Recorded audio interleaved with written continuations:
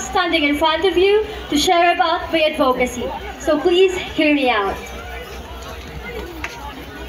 Since there are a lot of youths out there who were neglected and doesn't receive enough attention, and many women are being criticized as they are, my advocacy is for the both of them.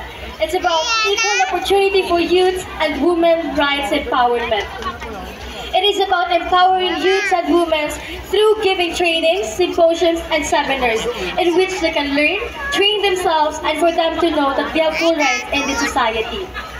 Also, I chose this because I am a youth, also a woman, who've been in a situation that's been restricted, criticized, bullied, and putting an end in my story that doesn't even yet finish. So as a woman, I aim to inspire all those youths and women out there to make some difference of our community, society, especially for our barangay Sikatunan. So by conducting activities that can help their personalities and for them to learn new skills and enhance their personal growth.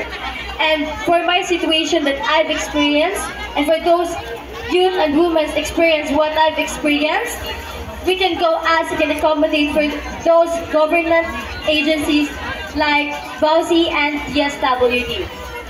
And most importantly, it is important to remember that as for those women out there, we are equal to men. We can do what they can, and for those youths out there, we have the right to speak but still be respectful.